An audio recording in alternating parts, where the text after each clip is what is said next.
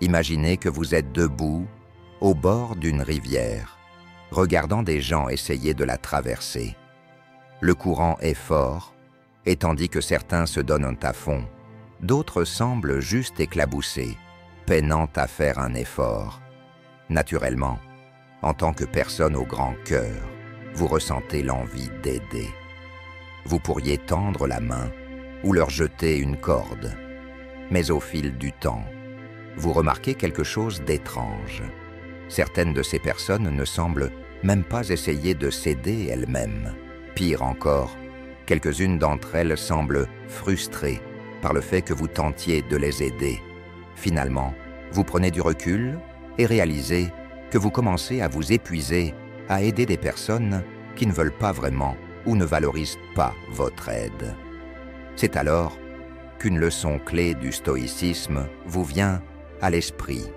Agir avec raison, pas seulement avec émotion, et concentrer votre énergie là où elle compte vraiment.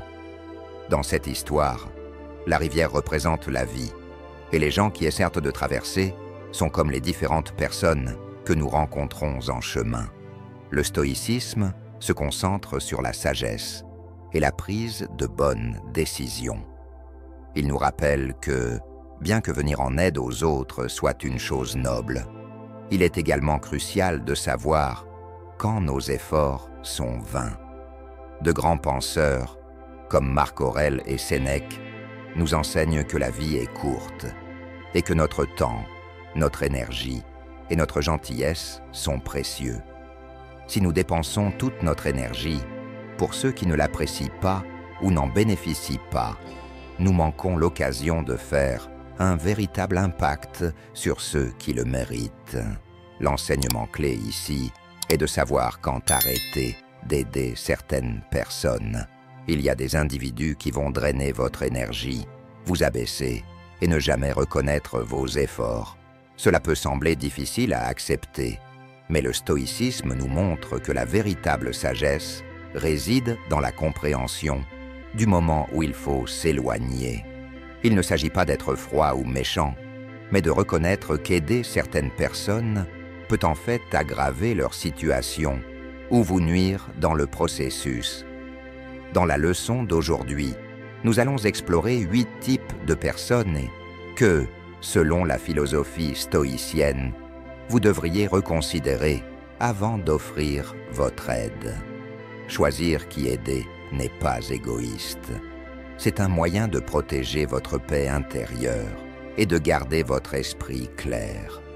Alors plongeons dans le sujet et voyons si vous investissez votre énergie au bon endroit.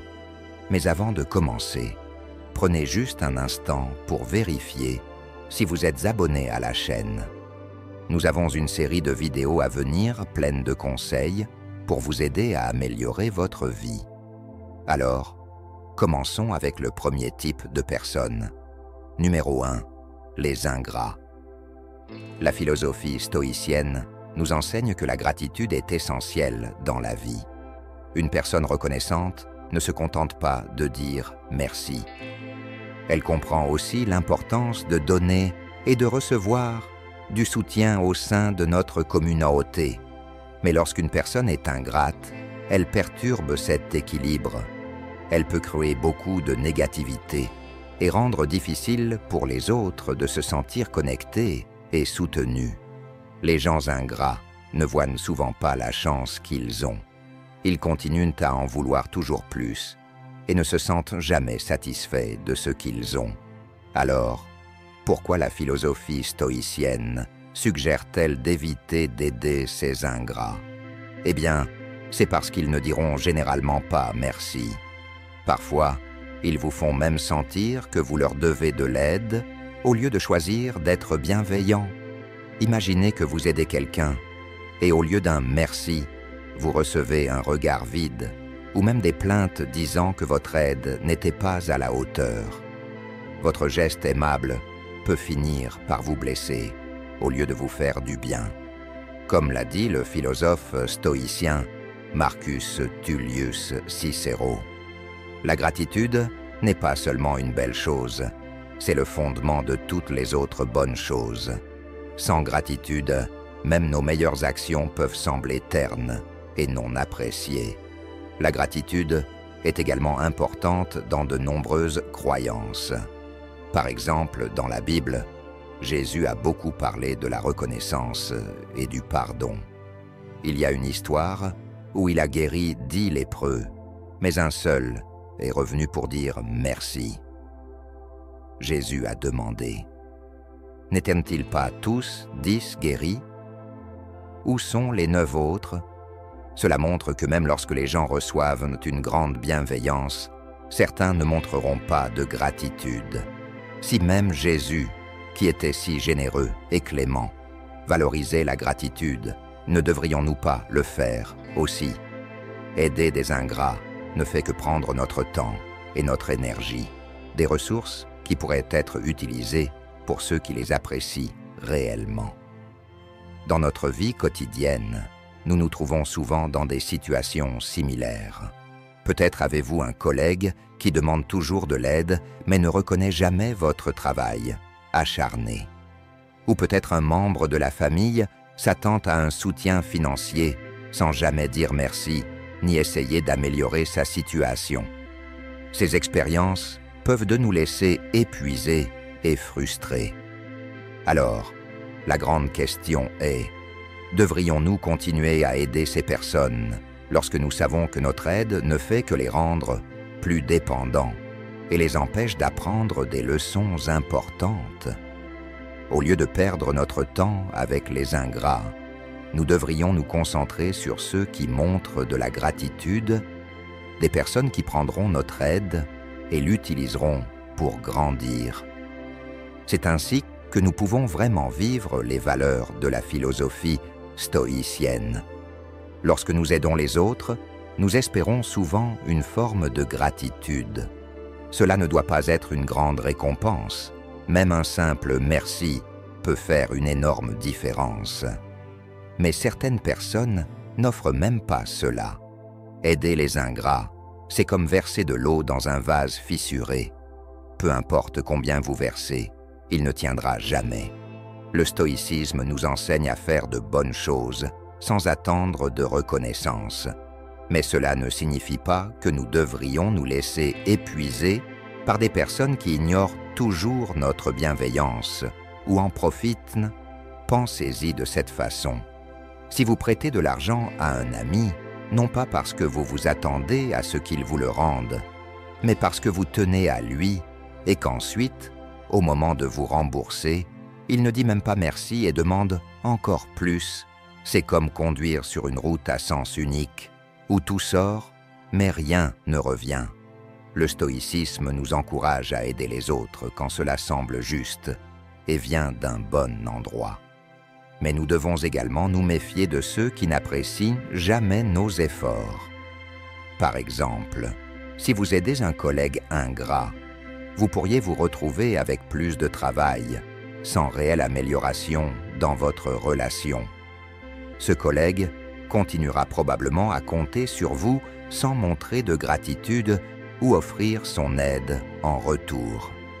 En comprenant ces schémas, nous pouvons choisir d'investir notre temps et notre énergie dans ceux qui valorisent vraiment notre soutien, créant ainsi un environnement positif pour tous. Maintenant, parlons du deuxième type de personne, le paresseux. Dans la philosophie stoïcienne, vivre avec un but et utiliser notre temps judicieusement est d'une importance capitale.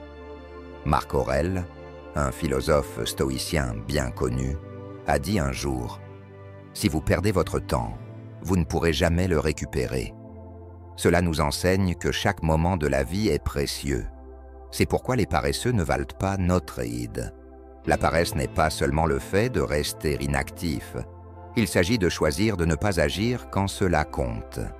Les paresseux évitent souvent la responsabilité et cherchent toujours le moyen le plus facile de s'en sortir. Ils remettent à plus tard les tâches importantes et laissent leurs circonstances les contrôler au lieu de prendre en main leur vie. Cela ne les blesse pas seulement, mais cela épuise également le temps. et l'énergie de ceux qui veulent vraiment les aider à s'améliorer. Imaginez un ami qui se plaint toujours de la difficulté de la vie, que ce soit de son travail ou d'autres défis. Chaque fois que vous discutez, son histoire reste la même. Il se sent coincé et ne sait pas quoi faire. Vous écoutez, donnez des conseils et suggérez des solutions comme chercher un nouvel emploi ou acquérir de nouvelles compétences. Mais après un certain temps, vous remarquez qu'il n'a suivi aucun de vos conseils. Il continue à se plaindre sans aucune intention d'agir. Pourquoi? Parce qu'il a pris l'habitude d'éviter la responsabilité et d'attendre que les autres règlent ses problèmes. Les personnes paresseuses peuvent se manifester sous différentes formes dans le monde d'aujourd'hui. Cela peut être quelqu'un qui attend constamment que les autres règlent ses problèmes, ou une personne qui se plaint de sa vie tout en refusant d'agir pour l'améliorer. Un exemple courant est celui d'une personne qui compte sur sa famille ou ses amis pour obtenir de l'argent, multipliant les excuses pour éviter de faire face aux défis de la vie seule. Cela ne draine pas seulement l'énergie de ceux qui essaient d'aider, mais cela les plonge également plus profondément dans la paresse et l'inaction. Mais voici quelque chose à considérer. La paresse de ces personnes fait-elle simplement partie de leur personnalité? Ou est-elle façonnée par leur éducation ou leur situation actuelle? Cela soulève une grande question sur la responsabilité. Devons-nous toujours nous éloigner d'eux ou pouvons-nous trouver un moyen de les inspirer à changer? Chacun doit déterminer cela par lui-même en fonction de la situation. Une chose est claire, vous ne pouvez pas sauver quelqu'un qui est paresseux s'il ne veut pas se sauver lui-même. En résumé, les personnes paresseuses sont celles qui refusent de grandir et d'agir, trahissant la confiance de ceux qui essaient de les aider. La philosophie stoïcienne nous rappelle de valoriser notre temps et notre énergie. Donc nous ne devrions pas les gaspiller sur des gens qui ne l'apprécient pas. Demandez-vous, aidez-vous quelqu'un qui est paresseux sans apporter de véritables changements? Si c'est le cas, il est peut-être temps d'arrêter, car votre temps est trop précieux. Le stoïcisme nous enseigne la responsabilité personnelle et le travail acharné. Le philosophe stoïcien Épictète a dit que chaque personne est responsable de ses propres actions et de sa croissance. Aider quelqu'un qui ne cède pas lui-même, c'est comme essayer de pousser une voiture qui est bloquée au point mort. Peu importe combien vous poussez, la voiture ne bougera pas à moins que son moteur ne démarre. Dans les amitiés, un ami paresseux peut toujours venir vers vous pour obtenir de l'aide, que ce soit pour des conseils, un projet ou une faveur. Vous finissez par devenir sa béquille. Il compte sur vous, non pas pour réussir, mais pour éviter de fournir ses propres efforts.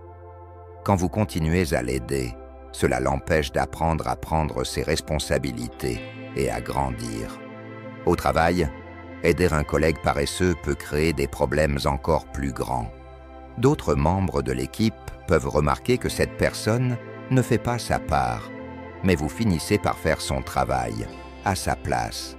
Cela crée non seulement du ressentiment parmi vos coéquipiers, mais cela permet également aux collègues paresseux de continuer à se relâcher sans apprendre à faire le travail lui-même.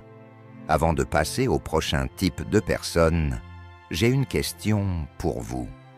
Vous êtes-vous déjà demandé si tout le monde mérite réellement de l'aide, surtout s'il ne prend jamais ses responsabilités? Cela nous amène au prochain groupe dont nous devons nous méfier, les irresponsables.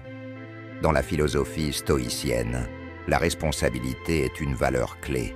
Les personnes irresponsables ne sont pas seulement celles qui commettent des erreurs ou qui ne font pas les choses correctement.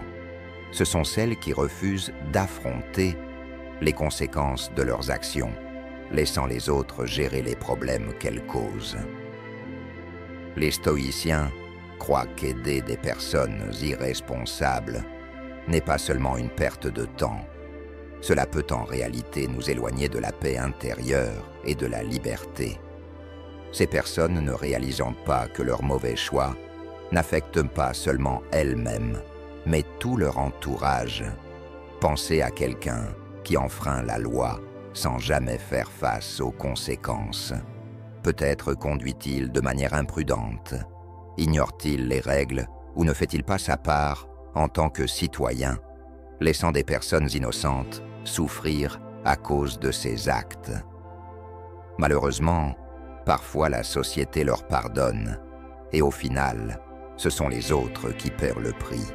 La philosophie stoïcienne nous enseigne à être sages quant à qui nous aidons. Si nous aidons quelqu'un qui refuse de prendre ses responsabilités, nous ne faisons pas progresser cette personne. Au contraire, nous lui permettons de continuer à faire de mauvais choix, ce qui lui nuit et dévalue notre bienveillance. Un exemple concret pourrait être celui d'un leader irresponsable, une personne en position de pouvoir qui refuse d'admettre ses erreurs. Lorsqu'un leader ne reconnaît pas ses fautes, cela n'affecte pas seulement lui-même, cela impacte toute l'équipe ou l'entreprise. Cela crée de la confusion, un manque de confiance, et finalement, tout peut s'effondrer. Imaginez travailler pour quelqu'un qui ne prend jamais ses responsabilités. Lui feriez-vous encore confiance ou donneriez-vous le meilleur de vous-même? Le stoïcisme ne nous enseigne pas à cesser de nous soucier des autres. Il nous enseigne à être réfléchis sur qui nous aidons, en veillant à offrir notre soutien à ceux qui le méritent réellement. De la même manière, Jésus a dit un jour « Ne jetez pas des perles au pourceau ». Ce qu'il voulait dire, c'est que nous ne devrions pas gaspiller des choses précieuses sur ceux qui ne les apprécient pas. Des choses comme l'aide, la bienveillance et le soutien sont les précieuses perles de la vie. Si nous les donnons à des personnes qui agissent de manière irresponsable, elles seront simplement ignorées et gaspillées. La vie est faite d'actions significatives, et chaque action que nous entreprenons s'accompagne de responsabilités. Comment pouvons-nous espérer avancer si nous ne prenons pas nos responsabilités pour ce que nous faisons? Les personnes irresponsables ne se contentent pas d'éviter de prendre leurs responsabilités. Elles endommagent également la confiance et les liens qui renforcent notre société. Si vous souhaitez suivre les idées stoïciennes, soyez judicieux dans la manière et la façon dont vous aidez. N'oubliez pas que l'aide ne devrait pas consister à sauver des personnes qui refusent d'en prendre leurs responsabilités. Il s'agit de leur créer des opportunités pour apprendre à gérer les choses par elles-mêmes. Aider des personnes irresponsables, c'est comme essayer de construire une maison sur du sable. Peu importe à quel point vous la renforcez, les fondations finiront toujours par s'effondrer à cause de leurs mauvais choix. Le stoïcisme nous enseigne à être sages et à anticiper, des qualités qui manquent souvent aux personnes irresponsables. Elles n'apprennent pas de leurs erreurs, et pire encore, elles entraînent généralement les autres dans le désordre qu'elles créent. Dans les familles, aider un frère ou un proche irresponsable peut signifier toujours le sortir des problèmes financiers ou couvrir ses mauvaises décisions. Vous pensez peut-être que vous êtes utile, mais en réalité, vous n'encouragez que ces mauvaises habitudes. En intervenant systématiquement, vous l'empêchez d'affronter les conséquences de ses actes, ce qui l'empêche de grandir. Au travail, si un patron ou un collègue continue de faire des erreurs et se tourne vers vous pour corriger ses fautes, il est peut-être acceptable d'aider une ou deux fois. Mais si vous devez toujours ramasser les morceaux, cela finira par vous épuiser. Les stoïciens croyaient en la maîtrise de soi et en la prise de responsabilité pour nos propres actions. Les personnes qui agissent de manière irresponsable ne montrent pas ces qualités, et les aider ne les aide pas vraiment à grandir. Passons maintenant au quatrième type de personnes, les manipulateurs. Vous êtes-vous déjà senti comme si quelqu'un tirait les ficelles sans que vous vous en rendiez compte? Cela peut se produire au travail, dans votre famille ou même parmi vos amis. Les manipulateurs ne demandent pas ce qu'ils veulent directement. Au lieu de cela, ils jouent avec vos émotions et tordent de les situations pour vous amener à faire les choses à leur manière, souvent sans que vous le remarquiez. Le stoïcisme nous enseigne à rester calme et à garder le contrôle de nos émotions. Et il avertit que venir en aide aux manipulateurs est l'une des plus grandes erreurs que nous puissions commettre. Nous pouvons trouver de nombreux exemples de manipulateurs dans la vie réelle. Un cas bien connu est celui de Britney Spears. Pendant plus de 10 ans, Britney a été contrôlée par son père grâce à une tutelle. Il ne gérait pas seulement son argent, il gérait toute sa vie, de sa carrière à ses choix personnels.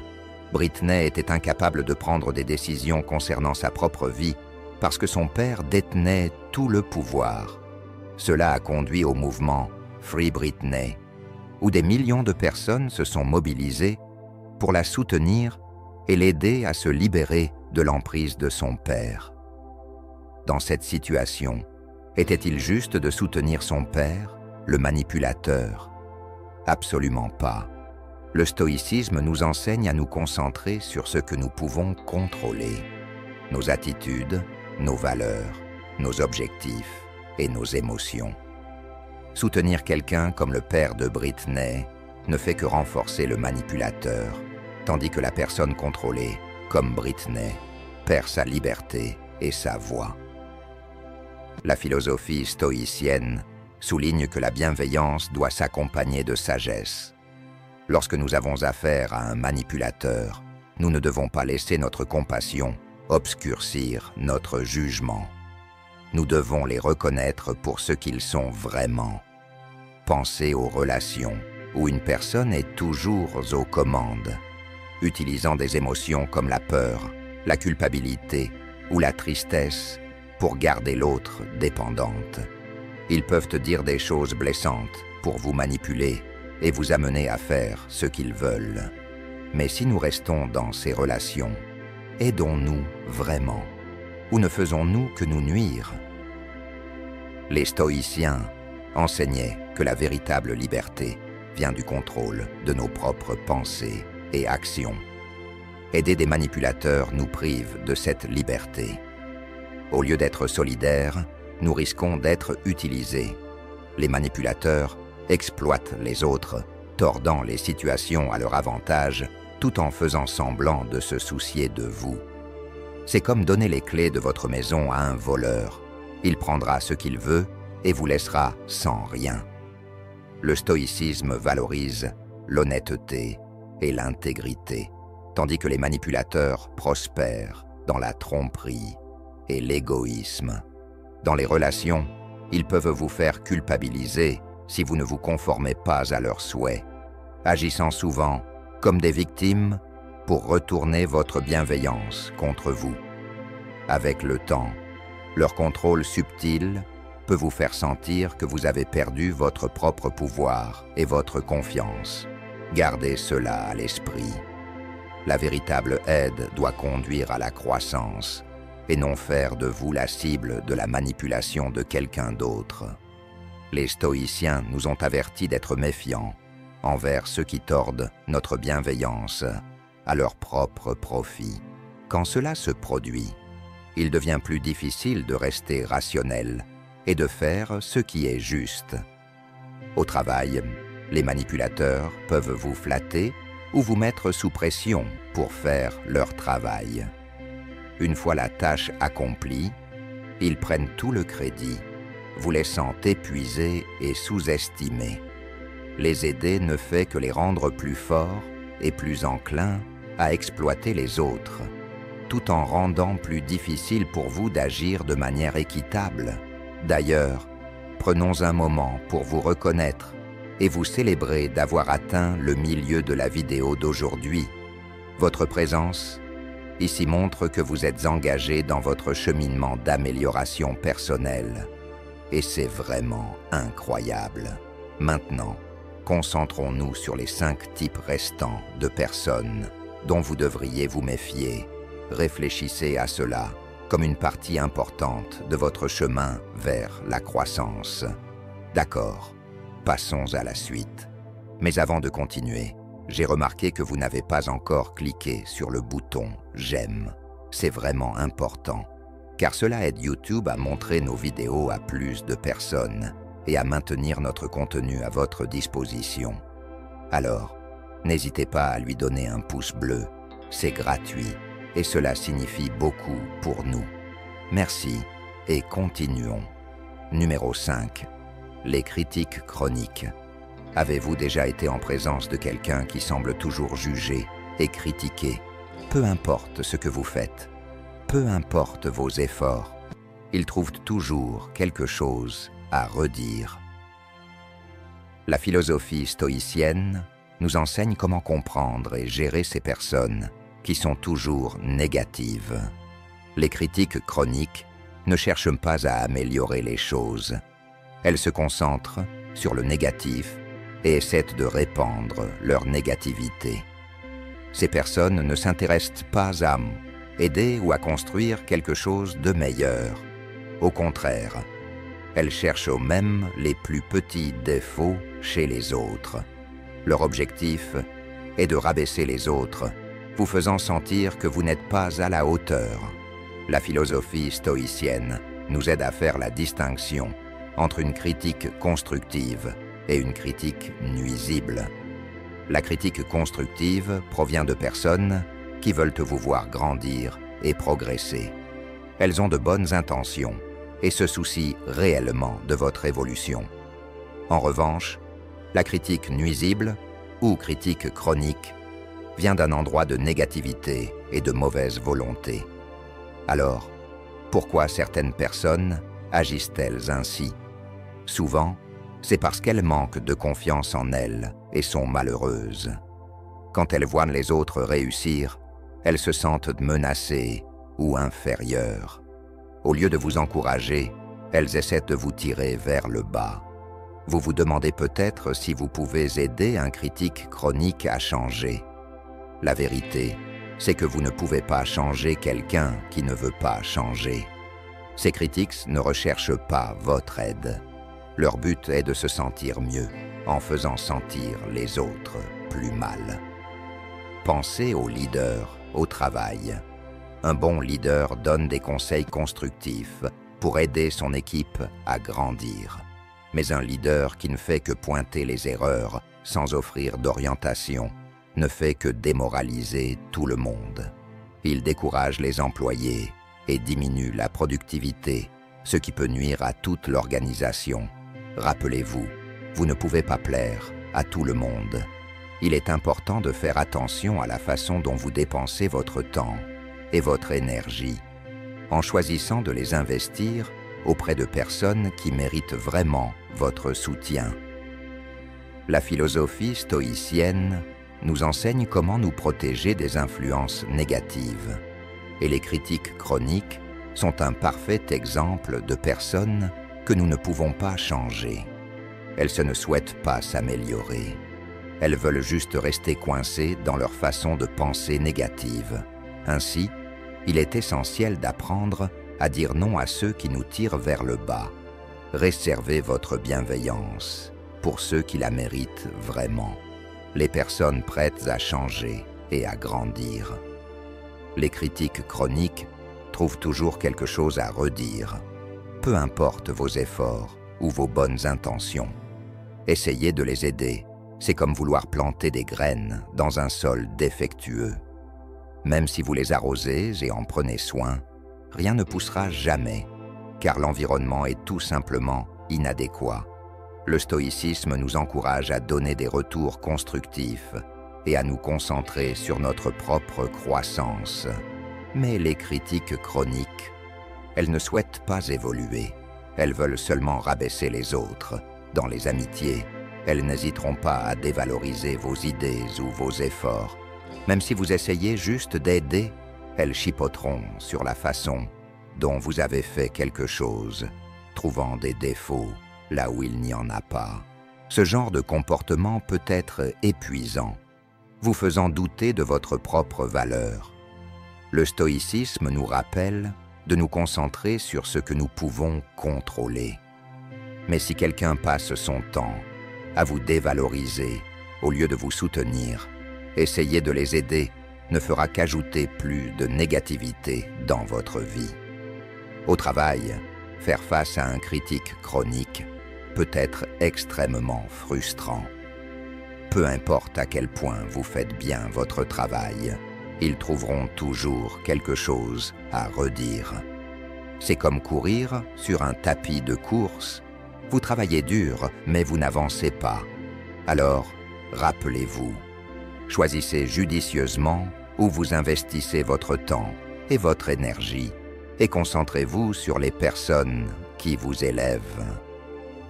La critique constructive peut vraiment nous aider à grandir, mais les critiques chroniques se concentrent davantage sur les défauts que sur l'encouragement à l'amélioration.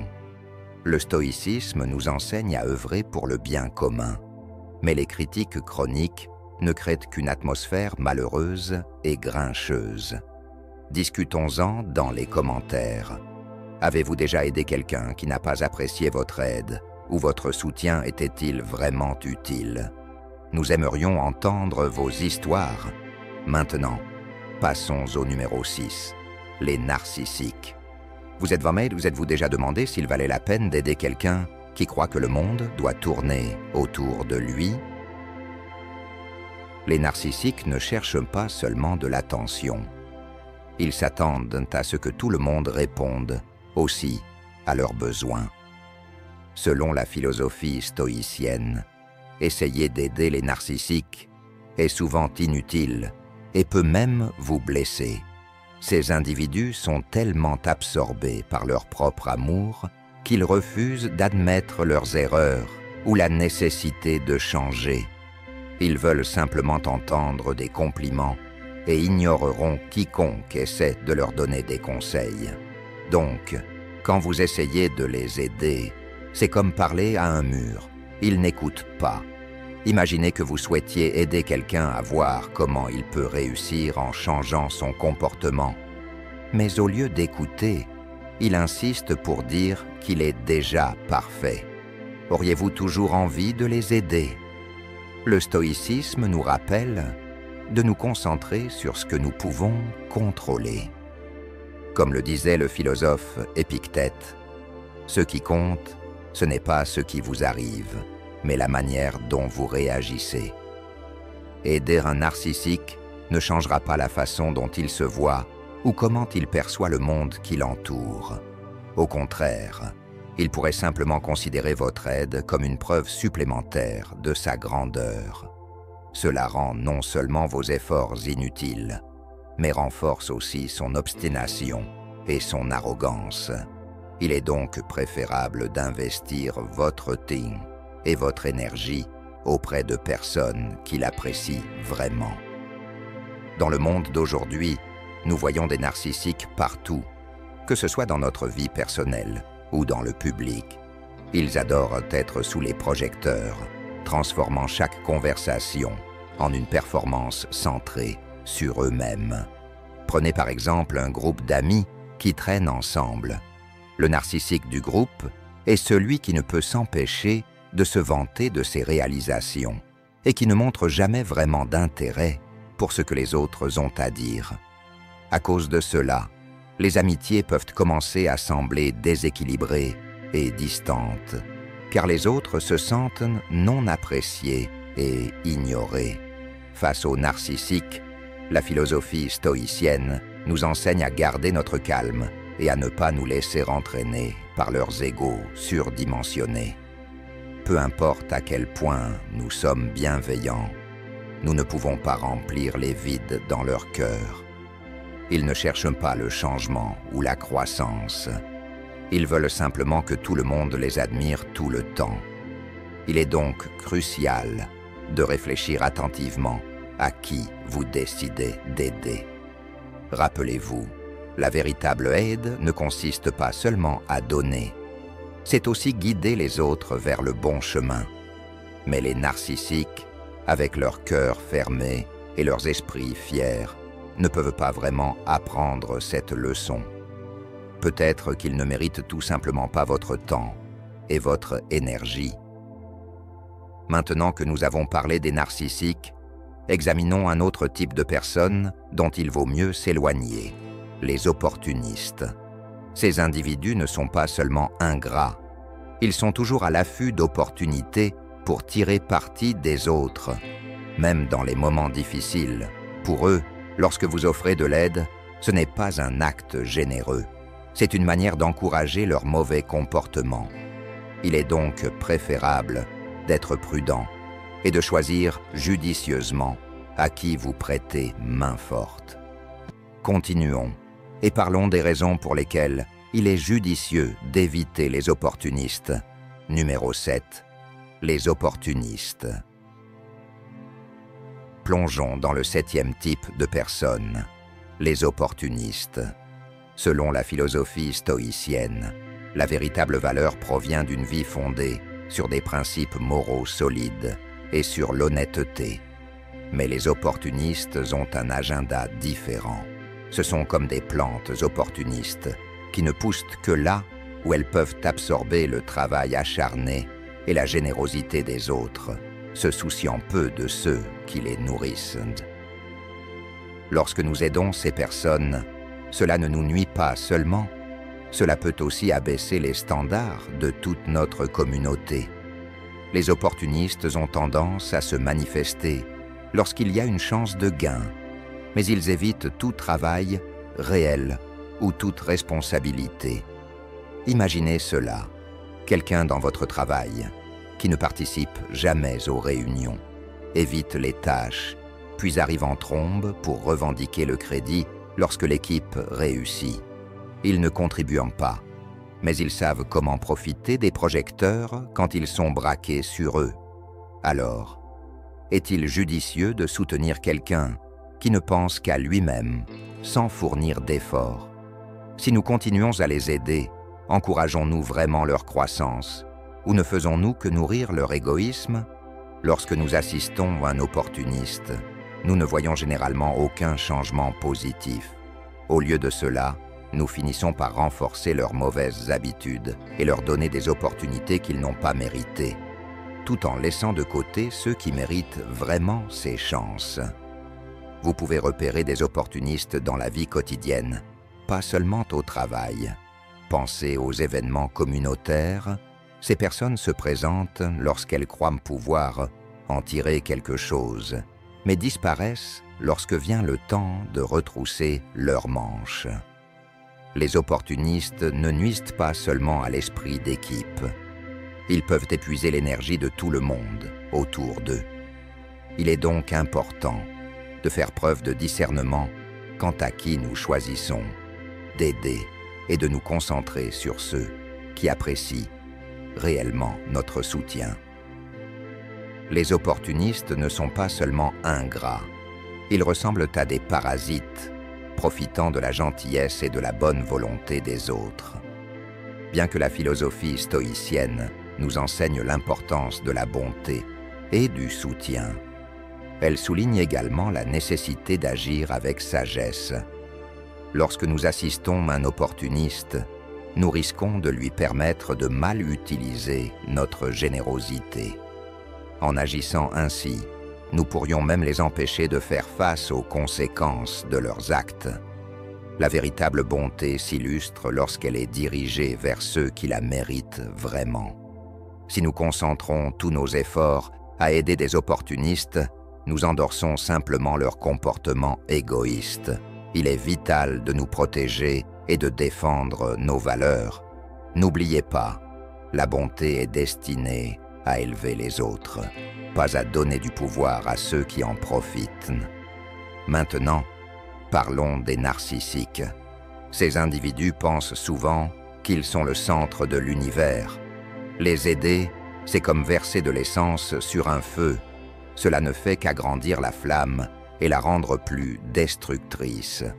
Les narcissiques peuvent même se montrer charmants ou vulnérables pour obtenir votre aide, mais au fond, ils cherchent simplement à renforcer leur propre ego. Ils ne sont pas vraiment intéressés par la croissance ou par une connexion authentique avec vous. Dans les amitiés, un narcissique pourrait faire semblant d'avoir besoin de votre aide, mais ils rendent rarement l'appareil. Ils voient les gens comme des outils à utiliser, plutôt que comme des égaux à apprécier. Le stoïcisme nous enseigne à traiter tout le monde équitablement, mais les narcissiques ne respectent pas ces règles. Leur offrir de l'aide ne fait que nourrir leur sentiment de droit, nous laissant épuisés et exploités. Dans le monde du travail, devoir gérer un patron ou un collègue narcissique peut être particulièrement difficile. Ils sont rapides à revendiquer le crédit pour un travail qu'ils n'ont pas accompli et blâment les autres lorsque les choses tournent mal. Quelle frustration, n'est-ce pas? Les stoïciens croyaient vraiment en la justice et l'équité, mais les narcissiques détournent ces idées pour obtenir ce qu'ils veulent. Lorsque vous aidez un narcissique, vous renforcez seulement son mauvais comportement, ce qui peut vous laisser un sentiment de déséquilibre et d'injustice. Maintenant, parlons d'un autre type de personne délicate, l'envieux. La philosophie stoïcienne nous rappelle de ne pas gaspiller notre énergie sur des choses qui n'ont pas d'importance, surtout quand il s'agit de personnes négatives comme celle-ci. Vous voyez, les personnes envieuses sont souvent remplies de jalousie et de ressentiment. Elles ne peuvent pas trouver le bonheur dans les réussites des autres. Au lieu de cela, elles se sentent irritées et frustrées quand quelqu'un d'autre réussit mieux. Cela ne les blesse pas seulement, mais cela peut aussi abattre tout leur entourage. L'envie est comme un poison. Elle ronge la paix intérieure et fait oublier aux gens à quel point ils sont spéciaux, car ils sont trop occupés à se comparer aux autres. Il est important de comprendre que lorsque vous essayez d'aider une personne envieuse, c'est généralement une cause perdue. Elle pourrait ne pas apprécier ce que vous faites pour elle. En fait, elle pourrait penser que vous essayez de vous vanter ou de souligner ses défauts. Elle ne voit pas que son malheur vient de l'intérieur. Au lieu de cela, elle pense que le monde est injuste et blâme les autres pour ses problèmes. Ainsi, même si vous avez les meilleures intentions, les envieux pourraient ne voir votre soutien comme un défi plutôt que comme une aide. C'est comme essayer d'offrir un cadeau à quelqu'un qui pense ne pas en avoir besoin. Il pourrait tout simplement vous le renvoyer à la figure. Au lieu de se concentrer sur ceux qui ne peuvent pas voir leur propre valeur, dirigeons notre bonté et notre aide vers des personnes prêtes à grandir et à apprécier ce qu'elles ont. De cette façon, nous pouvons nous élever mutuellement sans nous enliser dans un cycle de négativité. Laissez-moi vous raconter une histoire sur Steve Jobs et John Sculley qui illustre à quel point l'envie peut vraiment tout gâcher. Lorsque Steve a invité John à rejoindre d'Apple, il pensait qu'ils pourraient travailler ensemble pour rendre l'entreprise incroyable. Mais au lieu de soutenir Steve et d'apprendre de lui, John est devenu jaloux. Il se sentait menacé par le talent de Steve. Malheureusement, cette envie a transformé leur amitié en compétition, et John a fini par évincer Steve de l'entreprise qu'il avait fondée. Mais voici le retournement de situation. La jalousie de John l'a conduit à un mauvais choix. Steve est revenu chez Apple et a transformé l'entreprise en l'une des plus grandes au monde. Cela nous enseigne que tenter d'aider quelqu'un d'envieux est souvent une perte de temps. Cela peut même se retourner contre vous et causer des problèmes. Parfois, la meilleure chose à faire est de prendre ses distances pour protéger votre bonheur. Imaginez, essayez de remplir une tasse avec un trou. Peu importe combien d'eau vous versez, elle continue à fuir. C'est ce qui arrive lorsque vous essayez d'aider une personne envieuse. Leur négativité siphonne tout ce que vous essayez de donner. Au lieu de se concentrer sur eux, il est bien meilleur de consacrer votre temps et votre énergie à aider des personnes qui apprécient vraiment votre soutien et souhaitent grandir. La philosophie stoïcienne nous enseigne que aider les autres est une belle chose, mais nous devons être intelligents quant à ceux que nous aidons pour préserver notre équilibre et notre paix intérieure. Que pensez-vous? Connaissez-vous quelqu'un dans votre vie qui ne mérite pas vraiment votre aide? Lorsque nous décidons à qui offrir notre soutien, il ne s'agit pas seulement d'être aimable, il s'agit aussi d'être sage. Notre temps et notre énergie sont précieux et nous devons les protéger des personnes négatives. Certaines personnes, peu importe à quel point vous êtes sincère, n'apprécieront pas ce que vous faites pour elles ou pourraient même vous tirer vers le bas.